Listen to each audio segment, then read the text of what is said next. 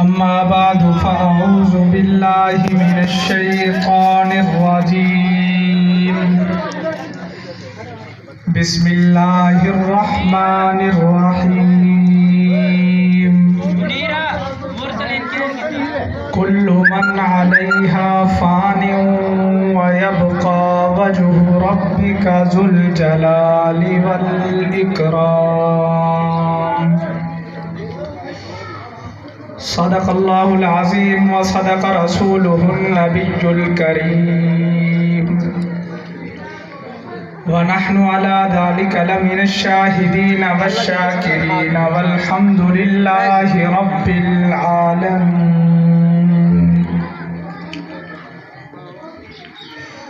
جگہ جی لگانے کی دنیا نہیں ہے،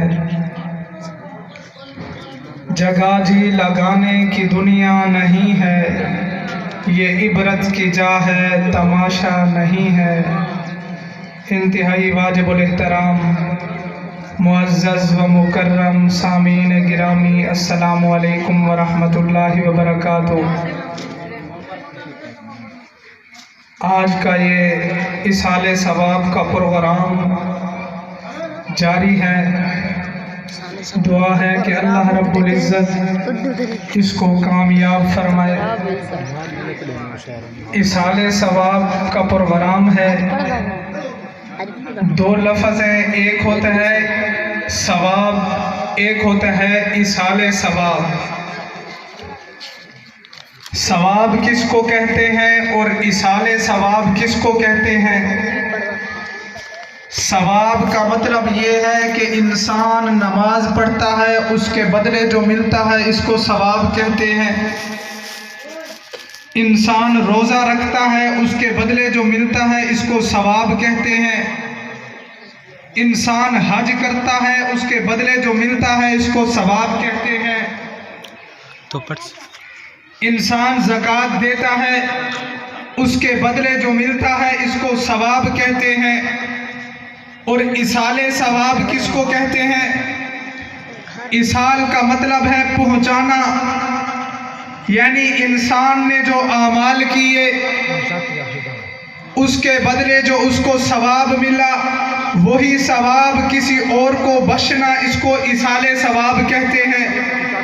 تو یہی پروگرام آج کا یہ اصحال ثواب کا پروگرام ہے کہ اللہ رب العزت سے ہم نے جو نیکیاں، جو ہم نے اعمال کیے، اس کے بدلے جو ہمیں ثواب ملے گا، قال قال رسول اللہ پڑھا جائے گا، حضور کی تعریف ہوگی، اس کے بدلے جو ثواب ملے گا ہم اس ثواب کو اس مرحوم تک پہنچائیں گے، اس کو اصحال ثواب کہتے ہیں۔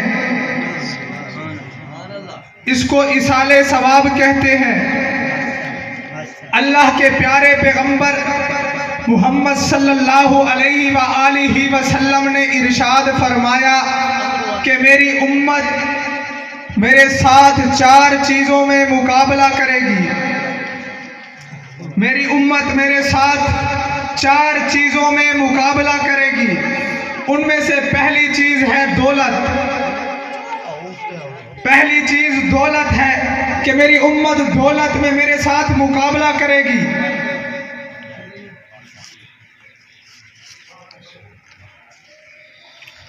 پہلی چیز دولت۔ آج کل آپ دیکھ رہے ہیں دنیا پیسے کے پیچھے لگی ہوئی ہے۔ کوئی کہتا ہے میں مالدار بن جاؤں، میرا بنگلہ بن جائے، میری کوٹھی بن جائے، دولت میں مقابلہ کرے گی۔ لیکن اللہ کے پیارے پیغمبر کو اللہ رب العزت نے ارشاد فرمایا، میرا محبوب اگر آپ چاہیں تو میں پہاڑ کو سونا بنا دوں، لیکن اللہ کے پیارے پیغمبر نے کیا ارشاد فرمایا؟ میں تو چاہتا ہوں کہ ایک ٹائم کا کھانا کھاؤں، دوسرے ٹائم تیرا شکر ادا کروں۔ مجھے دولت کی کوئی پرواہ نہیں، مجھے مال نہیں چاہیے۔ لیکن دنیا جو ہے یہ حضور کے ساتھ پہلی چیز جو ہے دولت میں مقابلہ کرے گی۔ دوسرے نمبر پر علم۔ آج کل لوگ قرآن مجید احادیث کے اندر اپنے اپنے معنی مفہوم نکالتے ہیں، لیکن علم اللہ کے پیارے پیغمبر کے ساتھ ایسا ہے کہ دنیا میں ان کا کوئی استاد نہیں ہے، ان کا کوئی استاد نہیں ہے۔ ہیں، صحابہ حضور کے شاگرد ہیں، صحابہ حضور سے قرآن مجید پڑھنے والے صحابہ ہیں، لیکن آج دنیا علم کے اندر حضور سے مقابلہ کرنے لگی۔